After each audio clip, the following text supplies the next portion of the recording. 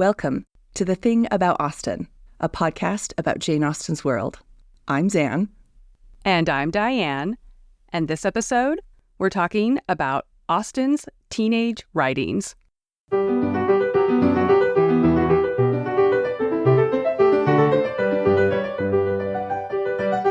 We are delighted to welcome our guest, Dr. Kathryn Sutherland. Kathryn Sutherland is Professor of English and Senior Research Fellow at St. Anne's College, Oxford. Her book publications include Jane Austen's Textual Lives from Aeschylus to Bollywood, Jane Austen, Writer in the World, Jane Austen's Fiction Manuscripts, Why Modern Manuscripts Matter, and the forthcoming Jane Austen and 41 Objects, due out in 2025 from Bodleian Publishing and Yale University Press. She is also one of the editors of the Oxford World's Classics edition of Jane Austen's teenage writings, which makes her an ideal guest for today's episode. Welcome, Kathryn. Thank you. Thank you for inviting me. It's a great pleasure. It is a privilege for us to get to talk to you about this topic because obviously you have worked so closely with Austen's work on this. And since we're returning to our biographical series on Austen for this episode, we're not necessarily looking at one specific passage from a specific novel, so we're going to just go ahead and jump in with our questions. So to start us off, Kathryn, can you provide an overview of what people mean when they refer to Austen's early writings? Kind of things like what age was she writing these works, and how would you characterize her style at this stage of her development as a writer? Yeah, sure. She may have begun writing as young as 11. So in other words, soon after she left the Abbey House School in Reading, where she and her sister Cassandra, 3 years her elder, spent time in 1785 to 6, when Jane was 9 to 10 years old. So yes, around the age of 11 or 12, she begins writing. And the last of the early writings are dated very precisely the 3rd of June, 1793, when she's 17. I think it's worth thinking a little bit about the Abbey House School, Reading. The school took its name from the fact that part of its premises included the gateway of a ruined 12th century monastery. And it must have been a highly romantic setting for a sensitive child, conducive to story making. Mm-hmm. In a letter that she wrote on the 1st of September 1796 to Cassandra, so it's several years after, she reminded her sister of their school days, and she says in that letter, "The letter which I have this moment received from you has diverted me beyond moderation. I could die of laughter at it, as we used to say at school." So perhaps Jane was storytelling at school to entertain her school fellows. I think that's possible. And their cousin Jane Cooper was with them at school. And 2 at least of the teenage writings are dedicated to Jane. So I think we should think, although we don't know that she was writing at school, we could maybe think of her as giggling with the other girls in the dormitory and making up stories. And also that wonderful Gothic setting that provides her with this, rich fantasy world that she clearly taps into in the teenage writings. So the last of the early writings, if she's beginning around about age of 11 to 12, the last of the writings in the teenage notebooks is dated when she's 17. But I think it's worth remembering that she may have started writing. In fact, she may have a complete draft of Lady Susan the following year when she's 18. And that by the time she's 20, she's writing first impressions. So you can't easily isolate the early writings from the first draftings of later works. Sure. And that makes a lot of sense, right? The fact that you can actually kind of feel the fingerprints of her younger writing, especially on things like Pride and Prejudice and obviously Northanger Abbey. You can feel those fingerprints very specifically. I think you do. I think you absolutely do. And of course, there are no naughty teenagers inside those later writings too. So, she doesn't just abandon the teenage stories and move on, become a different person. She's, as you say, she's the same person. You're asking me how I'd characterize her style in those early writings. I guess I'd use 3 words. One is that they're performative. Another is that they're very funny. And the third is that they're critical. They're critical writing. So if I unpack those a little bit, they weren't intended for publication, but they were always intended to be shared. So she writes them for family and friends, for her 5 brothers, her beloved sister Cassandra, and her parents too clearly enjoyed them.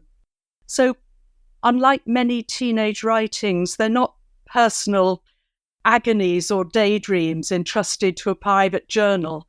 She's showing off right from the start. She's just showing how clever she is. There's nothing intimate or confiding about them. They're all about performance. Each one of them has an elaborate dedication to a friend or to a family member. And some of these dedications are actually longer than the mini stories that follow them. So she's just so showing off. Some are deliberately provocative as well, and she dedicates 2 stories to her youngest brother, Charles. We know that when she dedicates them to him, he's age 9.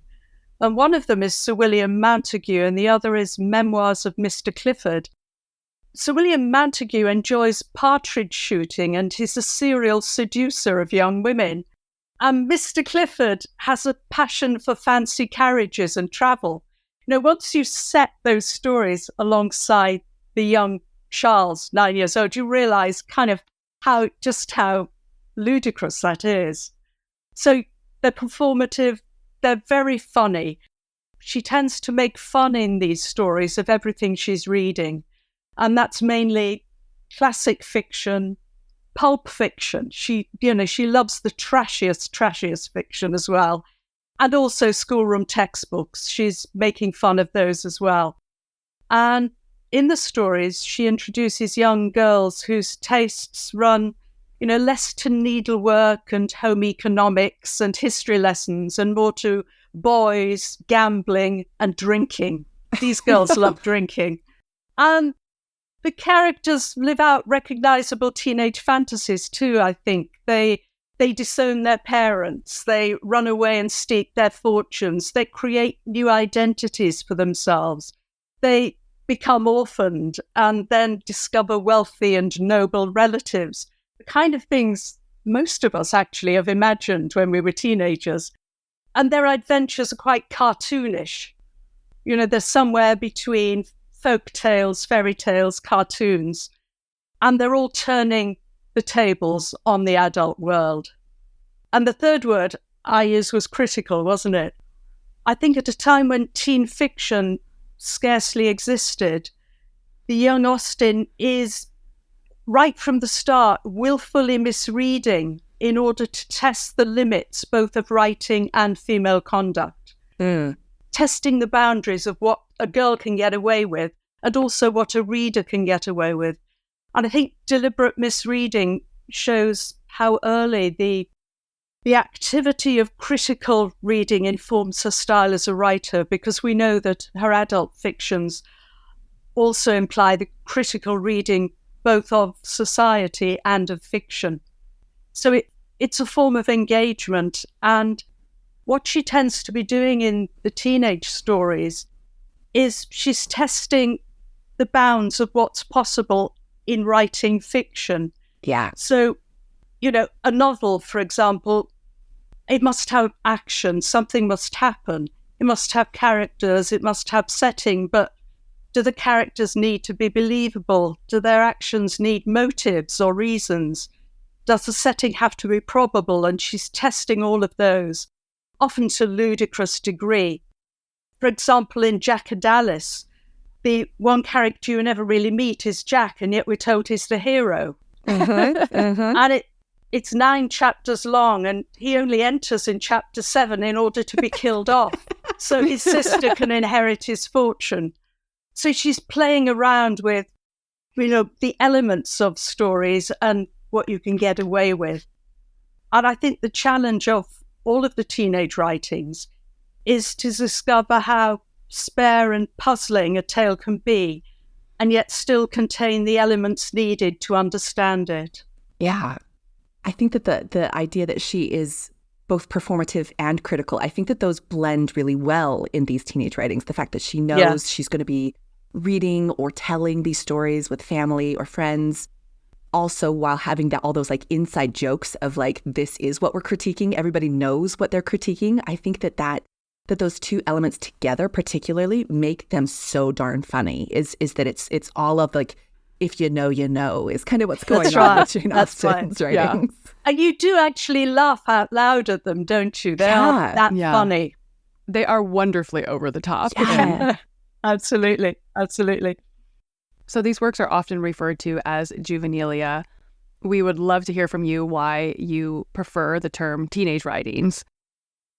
I think there are so many reasons to avoid the term juvenilia. I just loathe that term. For a start, it's a Latin word for works produced when an artist or a writer is young, especially for the works that become known only after the writer's famous. But as a Latin term, it immediately gives those works a kind of scholarly and academic flavour, suggesting they are remote from popular interest or appreciation.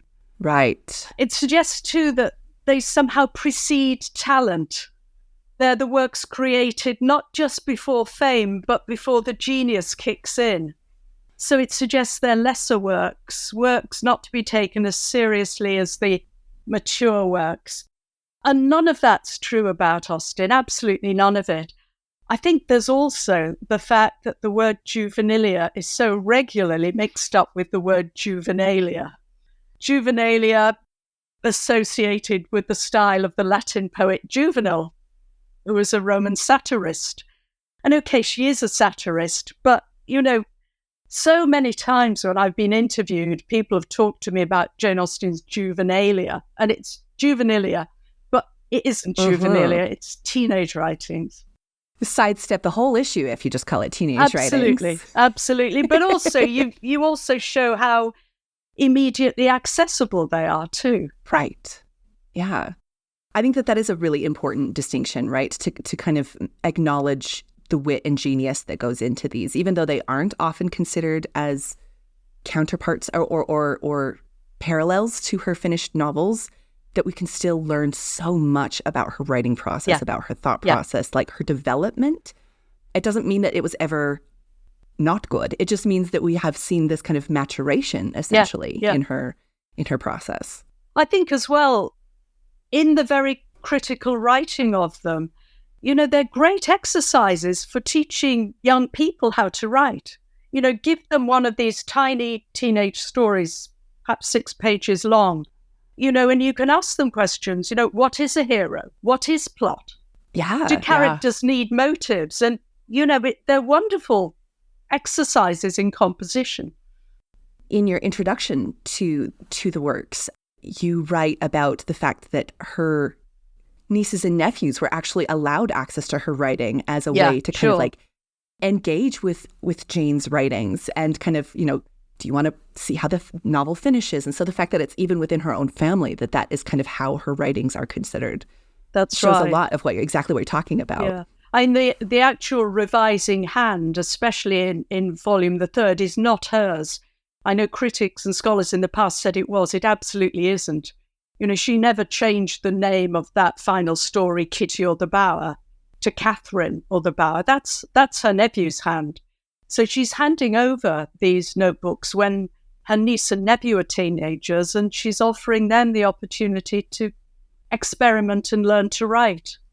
The ultimate writing curriculum. Can you imagine? Right?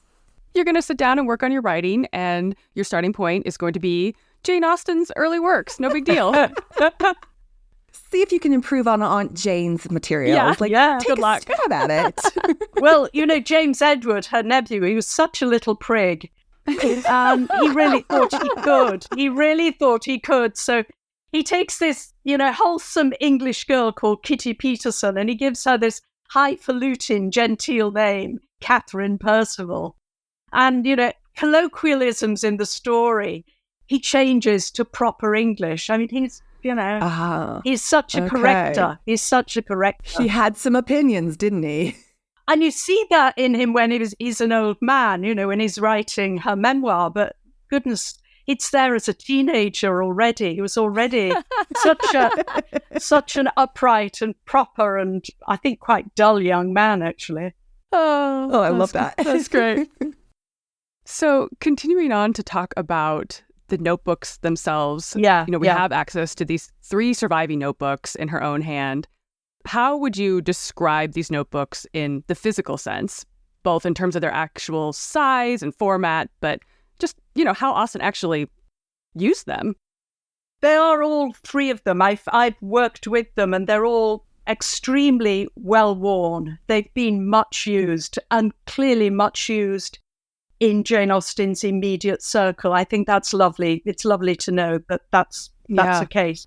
So they take their names from the inscriptions on the covers that she wrote, volume the 1st, volume 2nd, volume the 3rd. Volume the 1st is now in the Bodleian Library, Oxford. Volume the 2nd and 3rd are in the British Library, London. All 3 of them were shop bought. They're blank stationer's notebooks that were just bought from a local shop. In terms of size, they're not identical, but they are roughly similar. All 3 are small quartos, which means they translate in terms of, you still use inches, don't you? They're 8 inches by 6.5 inches in size, so quite small. Volume the 1st has boarded sides, cardboard sides, stiff cardboard, covered in spot marbled paper. Volume the 2nd and volume the 3rd are covered in sheep parchment. Parchment's faded and volume the 2nd is really ink stained all over its cover. So, they're really lived in wonderful haptic objects to touch. Volume the 3rd is the shortest in terms of length. It's 140 pages. Volume the 1st has 180 pages and volume the 2nd is the longest with 252 pages, though there are stubs that show that 24 pages have been removed and we don't know what was written on those. Oh. So that's a bit exciting. Uh-huh. There's a Latin inscription inside volume the 2nd in Jane Austen's own hand, which says ex dono mei patris, which means the book was a gift from her father, from the gift of my father. So my dad gave me this. All 3 of the notebooks are mainly fair copy manuscripts written out in Jane Austen's own hand. Volume the 1st contains the earliest writings and volume the 3rd some of the latest writings. But that said, the chronology is not straightforward. But, when you know Jane Austen, none of her chronologies are ever straightforward. Right. True. Which novel did she write first, for instance, Which, everything is a wee bit complicated with Jane Austen. Mm-hmm. Volume the 1st is a miscellany, a compilation of 16 short works in a variety of genres. So there are stories, little plays, verses, moral fragments. And after the final entry in volume the 1st, she's written the date, June the 3rd, 1793, at which time she was 17 and a half. She may have been composing the earliest pieces soon after she left school, so around the age of 11 or 12. But volume the 1st, so the earliest pieces are pieces like Frederick and Elfrida, Jack and Alice, Edgar and Emma, The Beautiful Cassandra. They're all datable to the 1780s. But the last pieces are the latest entries of all in the Teenage Notebook. So they actually post-date the entries in volume the 3rd. And that's The Three Sisters, which has a new kind of realism, a different kind of farce to it. And also the handwriting is more mature. And the final pieces in volume the 1st, detached pieces that she dedicated to her baby niece, Anna Austen, who was born April 1793, and the final Ode to Pity, written to her sister Cassandra, which she dates the 3rd of June. So volume the 1st is the least straightforward of the 3 notebooks. It represents, as it were, her longest creative journey, roughly from the comic sketches of 1787 to 90 through to the closing entries of spring 1793. So it's a journey of roughly 6 years from the age of 11 to 17. And I think she probably included those late pieces at the end of volume the first simply because there were spare pages there. Right. Don't waste room. Yeah, they don't make a coherent whole with the rest. So that's the obvious explanation. Volume the second consists of 9 early compositions in a variety of genres. There are 2 brief epistolary novels, Love and Friendship and Leslie Castle. There's the spoof History of England. There's a collection of letters, and there's 5 pieces called Scraps. And on the evidence of various internal dates, the contents appear to have been written between 1790 and 1793. It's the longest of the teenage notebooks in terms of structure, and it's also the most coherent and finished. It's an absolute little masterpiece, volume the second. Individually and together, the entries show a sustained and a particular sensibility. They're different in tone from the experimental range and the ultimate disorder of volume the first. And they're more successfully accomplished than the contents of volume the third. The volume the third kind of opens a window into the adult novels, so it's interesting for that reason. But basically, volume the second is a continual, sustained, elaborate parody on a young lady's conduct book. And it's a work of absolute genius, I think. It has 2 other hands in it other than her own.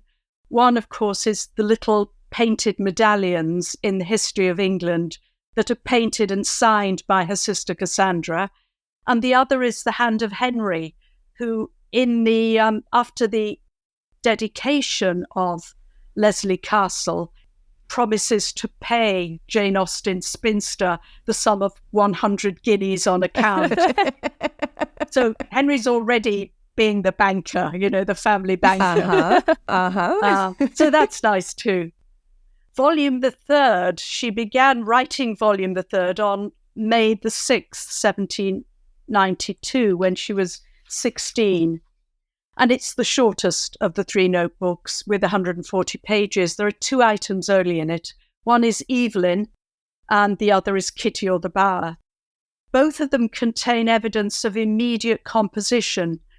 That is, composition contemporary with the inscription into the notebook. And they have less the appearance of fair copy than the entries in the other notebooks. Much the shorter, Evelyn, is abandoned after only 20 pages, and Kitty is also abandoned, but after 94 pages in Jane Austen's hand. And then there's continuations to both those stories in the hands of James Edward directly into the notebooks and in the hand of Anna Austen, as she then was, in added papers. The obvious comparison with these 2 stories is the 3 sisters, which they all seem to be written around the same time. And Kitty Peterson's story, the story of Kitty or the Bower, although it's unfinished, you see emerging from it the heroine of the adult novels, where you haven't seen her really before that in the teenage writings.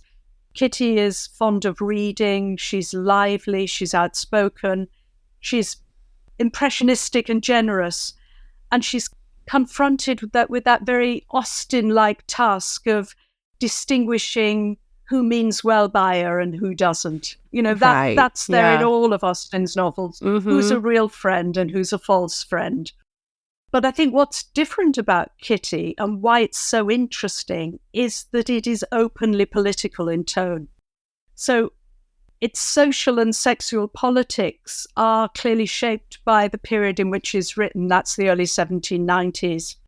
And I think that in itself makes it very interesting. It's hard for me to believe, for instance, that Jane Austen did not read Mary Wollstonecraft. There is a real Wollstonecraftian element to Kitty. Mm-hmm. Obviously, the other thing that makes this volume interesting is James Edward entering the story and shifting it in a slightly different direction. But we won't talk about him because he's boring. Yeah, I do wish critics would just accept that, his editions are not worth considering. Chuck those out the window. Yeah, check them out. Well, I think that this kind of actually leads into this kind of next question that we have, which is we know that Jane Austen was incredibly well read and that she was deeply influenced by so many different texts across tons of different genres. So can you talk to us a little bit about how this kind of reading influenced her own writing and these experiments that she's conducting as a younger author? Yeah. As you say, we know she was a precocious reader, and she lived within a highly literary family who encouraged her reading, shaped her taste. I think it's interesting that her very earliest teenage stories are written about the time that her brothers, James and Henry, are publishing their humorous weekly paper here from Oxford, The Loiterer. It ran to 60 issues from March 1789 to March 1790. And I just wonder, was she competing with them, openly competing? I would believe it, right? Yeah, she seems like she'd have a competitive vibe. Yeah, I think so too. Oh, you think you guys can write? Exactly. Let me show you something. Exactly. She was no snob in her reading. I think at any time in her life, she was no snob. She devoured junk fiction and high-end fiction alike. And this wide eclectic taste seems to have been shaped by her family. So obvious influences on the teenage writings are modern classics of the time, like the multi-volume novels of Samuel Richardson, Henry Fielding, novels like Sir Charles Grandison and Tom Jones, the serious novels of the day. But she was also reading pulp fiction, improbable tales of Gothic terror, sentimental romance, with ridiculous titles like Elfrida or Paternal Ambition, or Emmeline or The Orphan of the Castle. These are real stories. Etheline or The Recluse of the Lake, Edward and Harriet or The Happy Recovery, and Juvenile Indiscretions. The novel really had quite a low status in her day, apart from the exceptions of Fielding and Richardson. It had a low status in her day. And in one of her earliest letters to survive, she writes that her whole family are great novel readers and not ashamed of being so. And I think whatever she read, she creatively hijacks in the teenage writings. So classic literature, ladies' conduct books, letter writing manuals, the moral essays of Samuel Johnson, they're all in there. They're all grist to her mill. I think evidence of the trashy fiction is stamped all over the teenage writings. For instance, in the fanciful names of the heroines. They have names like Elfrida and Laurina and Jezelinda. I mean, if you think about Austen's adult fiction, the heroines there are called Emma and Elizabeth and Anne. And they live in places like Highbury and Meryton, but Jezelinda and Laurina live in places like Crackham-Dunbury and Pammy-Diddle and Kilhoobury Park. And the teenage characters, too, they talk like sort of ciphers out of pulp fiction. And there's a lovely passage in Love and Friendship where the young hero, Edward, is denouncing everything his father stands for. And his father wants to marry a certain woman. And he says to his father, Lady Dorothea is lovely and engaging. I prefer no woman to her. But no, sir, that I scorn to marry her in compliance with your wishes. No, never shall it be said that I obliged my father. We all admired the noble manliness of his reply. Where, Edward, in the name of wonder, said his father, did you pick up such unmeaning gibberish? You have been studying novels, I suspect. That's just wonderful. So good. Yeah. So the characters and the author of the Teenage Notebooks are rebels. They inhabit this continuous sort of cartoon reality. And life is lived in the present tense, and it's all lived very hectically. They live at a frantic pace. Characters like the beautiful Cassandra, Eliza Harcourt Cecil from Henry and Eliza, Laura and Sophia, the kind of Thelma and Louise road trip duo of love and friendship. Yes. The beautiful Cassandra, she goes rampaging, crisscrossing London. She steals a bonnet from her mother's hat shop. She gorges on ices. She beats up a pastry cook. She takes hackney cab rides that she has no intention of paying for. And after 7 hours causing chaos, she returns home with the words, "This is a day well spent." I think, when Jane Austen is writing, adolescence was scarcely recognized as a cultural or psychological state. But we can see in these writings teenagers that we could recognize today. Absolutely, yes. So she, as I say, she is testing the boundaries of what she's reading and also of female conduct in the process. Volume the Second is a whole notebook structured around another early area of her reading, and that's conduct books. I think the conduct book that she is using, very deliberately using and distorting, is Hester Chapone's Letters on the Improvement of the Mind. It was first published in 1773. We know that Jane Austen read it. By the end of the 18th century, it had been reprinted individually in individual editions at least 16 times, and it was regularly bundled with similar conduct manuals to form ladies' libraries of improving texts. Chapone's book is addressed by an aunt to her niece in her 15th year. And Jane Austen is 15 when she writes these pieces. And the coincidence is designed. Not only does the teenage Austen mock Chapone's restrictive advice, but by announcing herself as an authority on female conduct, she turns the tables on the adult world and sets up the delinquent teenager as instructor. So it's a kind of, Volume the Second is a perverse conduct manual. And she takes Chapone's headings and she deliberately distorts them. So Chapone has headings like on the regulation of the heart, on the government of the temper, on economy, on the manner and course of reading history. And Volume the Second, has instructions to girls on how to be unregulated. So she has Leslie Castle, which is a story in which characters are food fixated and they overeat. In Love and Friendship, they steal and they contract illegal marriages.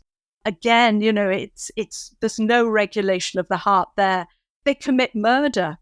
There's a letter from a young lady in which she's already started to murder her family, and she says she's going to murder a few more after she's finished the letter.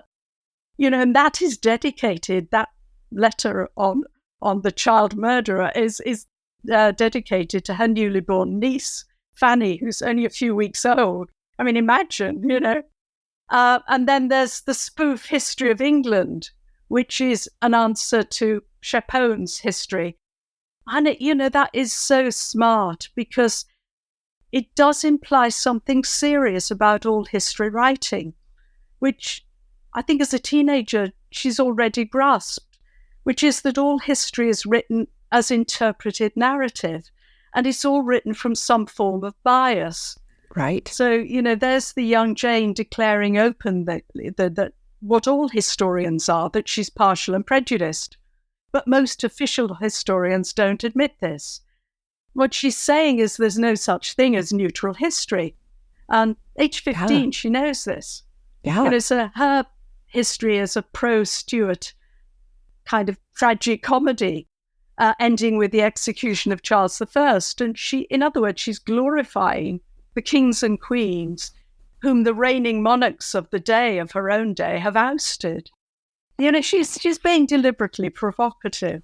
Yeah. But she's saying something serious about what history is. So I think a lovely way of thinking about the teenage writings is to think that they're all kind of written in the margins of the books that she was reading. Yeah. And they're all kind of in dialogue with, in conversation with those books. Sometimes parodying, but there's a kind of celebration of her reading too. An obvious sign that she just, is so immersed in the world of letters. Yeah. Well, I love the idea that since so much of this was intended to be read aloud or, read with her family, that they would have also had that same vocabulary of these same works and are able to engage with it on that level. Yeah, yeah. And we know there is another dimension to the family sort of literary taste, isn't it, in the writing of poems? I mean, I don't think you'd be very brave. Yeah, you'd be very brave to suggest Jane Austen was a great poet. But, she was a family poet, and they're all writing poems to each other, and they're often, making fun of other poems and engaging with stuff that they're reading and responding to it. And they just love the puzzle of literature as well as anything else. Definitely a bookish family. Yeah, a bookish family. Yeah. I mean, scarily so, I think. I mean, they would have been right? quite daunting to live with. Agreed. I just the idea of trying and like to like keep up with the Austens while they're having a literary discussion. You're like, maybe not. Yeah. So, we've talked about this a little bit already, but we would love to just hear a little bit more about what you see as the relationship between these early works and Austen's later published fiction, and the ways that they're similar, but also the ways that they're different. Yeah, I mean, in some ways, they are the opposite of the adult novels, whereas, as one early critic said, almost nothing happens in the adult novels, whereas in the teenage fiction, far too much happens. So, in novels like Pride and Prejudice, Emma, persuasion, action is highly limited. It's slow-paced. Emphasis is on psychology, on the heroine's inner life, and the slow unfolding of motive and event. There may be a ball or a picnic or a trip to the seaside or to the local shops, but in the main, events in the adult fiction are within the probable range of ordinary domestic experience. And by contrast, the teenage mini-novels proceed at a hectic pace. They're all action, then they're almost utterly motiveless, really. And that's what's so wonderful about them. And characters are constantly on the move. They're hurtling across the country in coaches for no really obvious reason. Or they take ridiculously long journeys on foot, or in one short story, one of the characters actually hops on one foot across Wales. As one does, It's a considerable achievement. Plots are drastically cut down and they're speeded up cartoon style. They're sketches that actually do belong to a whole tradition of English nonsense or absurdity, the kind of nonsense that was written a few decades later by Edward Lear and Lewis Carroll, in which the world is turned upside down and different kinds of reality collide in a kind of frantic, lunatic logic of its own. In something like Henry and Eliza in Volume the First, Eliza's children are hungry, so they bite off 2 of her fingers. That is so weird. Or in another story, the generous curate, a young naval officer, sends home to his family in Warwickshire once a month a large Newfoundland dog. Imagine arriving through the post once a month, this enormous dog on the doorstep. I would be absolutely delighted. Yeah, but once you've got 12 of them, you might. This is true. Oh, not another dog. It's the kind of comedy that relies on distortion and disproportion. But as I said earlier, I think Kitty marks a change, Kitty or the Bower in Volume the Third, because it's realistic rather than comic, and it presents domestic life through the eyes of a teenage girl who is both its writer and its heroine, Kitty, and it does foreshadow themes that emerge in the adult fiction. It's recognisably a novel by Jane Austen, I think. I mean, in the 1790s, when she's writing Kitty or the Bower, writers like William Godwin, Mary Wollstonecraft, Charlotte Smith, Robert Page, whom I'm sure she read, I'm sure she knew about, they were exploring the novel as a vehicle for political comment and change. And in her own small way, she's doing the same. I think she's testing Kitty in that respect. Kitty is outspoken about the social system that's deprived her of her friend Mary Wynne, who she describes as a girl of genius and feeling, who's been packed off abroad to marry a man she doesn't know, who may be, says Kitty, a tyrant or a fool or both. But just because she has no money, she has no choice. And it's a devastating critique of society at the time. But though Kitty's unusually political, I think it is typically Austenian, in that, like Elizabeth Bennet, Kitty has psychological depth. She has emotional intelligence. Although it's only 94 pages long, we are beginning to care about her and to care about her capacity to distinguish between true and false friends, as we care in the case of Elizabeth Bennet. So I think this does set the stage for Jane Austen as a professional novelist, the novelist she becomes as an adult. I think too, though, as well, there are traces of the rebellious independent heroines of the teen fiction in the adult heroines.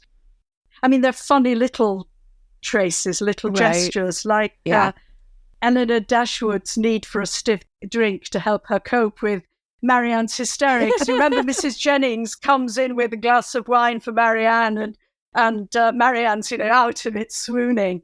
And Eleanor says, no, I'll drink it myself. And we're told she just knocks it back in one go. Exactly. I mean, that's pure teenage. Or Elizabeth Bennet, who, crosses field after field, jumping over puddles, and she arrives all muddy at Netherfield Park.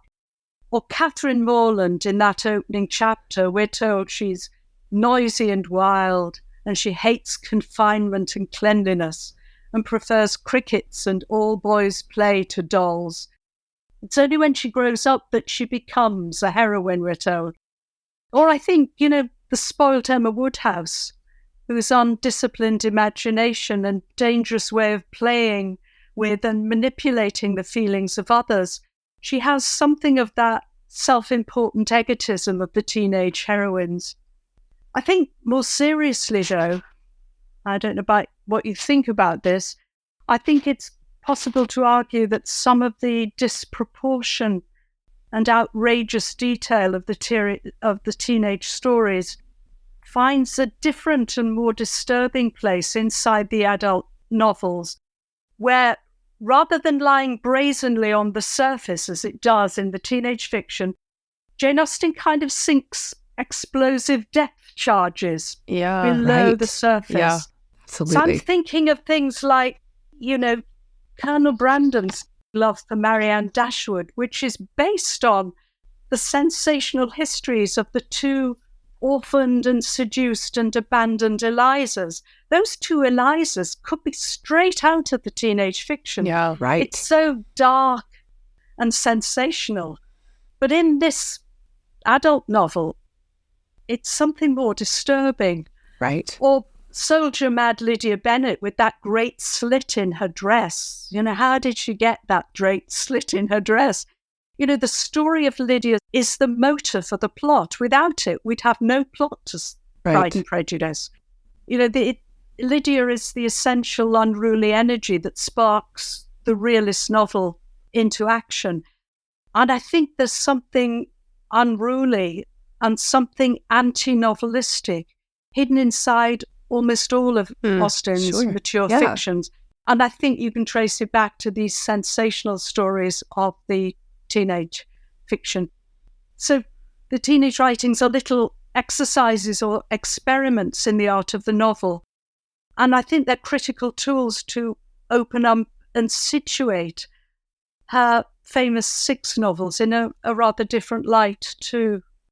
I think that's the way that you've described that too, because we've already talked about the way that these notebooks were so performative, whereas the published works are novels, which could still be read collectively, of course. Yeah. But they do require a little bit more of that introspection. And so seeing that transition from the performance where it's lively and bright and we can laugh about it, whereas it moves into a more interior space, I think that makes a lot of sense that would be where it still shows up in a novel. Yeah, that's right. But she still needs this little engine, which is often a sensational element, Exactly. like the young Elliot and Mrs. Clay and the absurd story around Mrs. Smith in Persuasion. She needs these elements. These are sensational elements which provide the motor for the plot to some extent. She has to, what we're interested is the inner workings of the heroine and this amazing, psychology that Jane Austen, pioneers in the novel. She's a great conversational novelist, and that's where so much is going on. But there still needs to be some little motor to get the thing moving towards a resolution. And so often the element is provided by something that in the teenage stories would have operated very differently. Yeah. It's a little bit of putting what in the teenage writings would have been very much in the foreground and the main subject, and it's sort of, as you said, operating a little bit in the background. I mean, I'm thinking of the way that she would have written about Jane Fairfax and Frank Churchill's secret engagement, right, in a teenage writing. Yes. Yeah, and that's such a perfect little plot that the whole thing centers on, that idea that this is a subterfuge that they've been conducting the whole time. The drama of it all. Yeah. That's right. Yeah. That's right. So there's this tiny little seed of the anti-novel inside her new kind of novel. Yeah. Which I think is also why she's such a, obviously, phenomenal novelist, is that she is pushing the limits. Like you said, she's saying, okay, what is this element? How far can I push it? What works in humor? What works in realism? Yeah. And kind of playing with it in a way that allows the novel as a genre to kind of solidify around some of her own ideas. Yeah, that's right. Exactly. Well, we've talked about a lot. I mean, she has so much range in these teenage writings. And so we're going to ask perhaps a difficult question. Do you have a personal favorite from her teenage writings? Do you have one, like off the cuff? Oh, well, I mean, I love the sheer crafted sophistication of Volume the Second. The whole thing, I think is quite extraordinary. And I do like to see the emergent Austen heroine in Kitty Peterson. But I'm also really fond of the outrageous mini-novel Henry and Eliza of Volume the First. I really do find that quite extraordinary. I mean, here she is, Eliza. She's an orphan brought up by rich foster parents. She steals a banknote for £50 from them and runs away. She follows this up by stealing the fiancé of the daughter of her next benefactor, the Duchess of F. So she's, upwardly mobile, but she's, Definitely. She takes no prisoners. She's on the way. Then she elopes to France and she runs quickly through a small fortune. She has a couple of children. She returns widowed to England. She's imprisoned by the vengeful Duchess of F, who's waiting for her, on the cliffs of Dover. But she easily escapes to be reunited with the foster parents from the beginning, who forgive everything and then suddenly remember that she is in fact their biological child, abandoned at birth because her father wanted a son. And all of this is accomplished in under 16 pages. And why I love Eliza is because she's a force of nature. She's resourceful. She's independent. She's a survivor. She acts on instinct and impulse. She is all action and no regrets. And she's a match for any man or woman who comes across her path. Brilliant. Love it. And again, in 16 pages, that is impressive. I know. The economy of that is very impressive. It's economy and it's a great little story as well. Yeah. Well, and this is, perhaps a parallel question. Maybe it's the same answer. Is there a piece of work from Austen's teenage writings that you think is overlooked or you wish more people would read? Well, I wish they'd read Kitty or the Bower rather than Kathryn or the Bower, that's for sure. Right. Yeah, we're checking out all those editing marks. I think the one that we all find difficult to read is the one called Evelyn. That's quite surreal, quite strange. So I think we all need to give that one more attention. Okay. What exactly is going on in that one? All right. A little homework assignment for us all.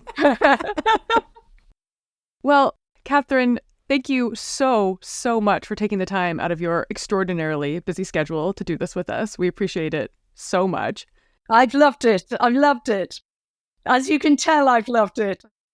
So where can our listeners learn more about your work? And obviously everybody, when it's available for pre-order, everybody needs to go out and pre-order this fabulous new book of yours that's coming out next year, which is called Jane Austen in 41 Objects, correct? Yeah, it's a different kind of biography, but an attempt to answer the question, what might we learn about Austen if we glimpse inside the biographies of objects that crossed her path, either crossed her path in life or actually the legacy, as it were, the legacy path. So it's curious objects. One of them is a front door in London. Another is a fragment of wallpaper.